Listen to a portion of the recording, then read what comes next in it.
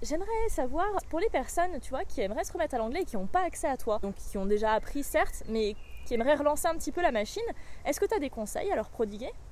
Alors oui, bien sûr. Dans un premier temps, si les personnes veulent améliorer leur compréhension orale, eh bien, il y a de la possibilité de regarder des films. Je conseille toujours un film qu'on connaît bien, pas forcément regarder le film en entier, mais de regarder un passage qu'on aime bien, de préférence, et puis toujours de le sous-titrer en anglais. Ça, c'est extrêmement important parce que beaucoup de personnes le sous-titrent en français et en fait, c'est comme si on faisait deux sports à la fois. C'est comme si on faisait du foot et de la nage.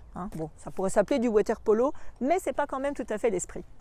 Donc ça, c'est vraiment important que les personnes regardent en anglais et puissent faire un lien entre ce qui est écrit et ce qu'ils entendent. Voilà, ça c'est parfait.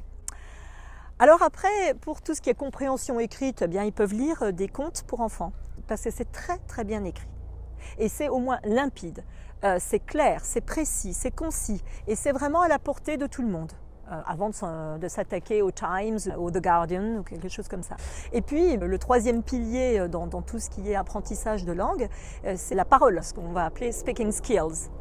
Eh bien malheureusement c'est difficile, donc soit le faire sous forme de jeu entre amis, le système du quart d'heure américain, au lieu de faire un slow, on parle pendant un quart d'heure en anglais, ou ne serait-ce que 5 minutes. Vraiment se donner ce petit défi. Allez, let's switch to English. Right now. Alors après, sur une durée un peu plus longue, et puis si on veut s'améliorer en expression orale, eh bien, il n'y a que moi.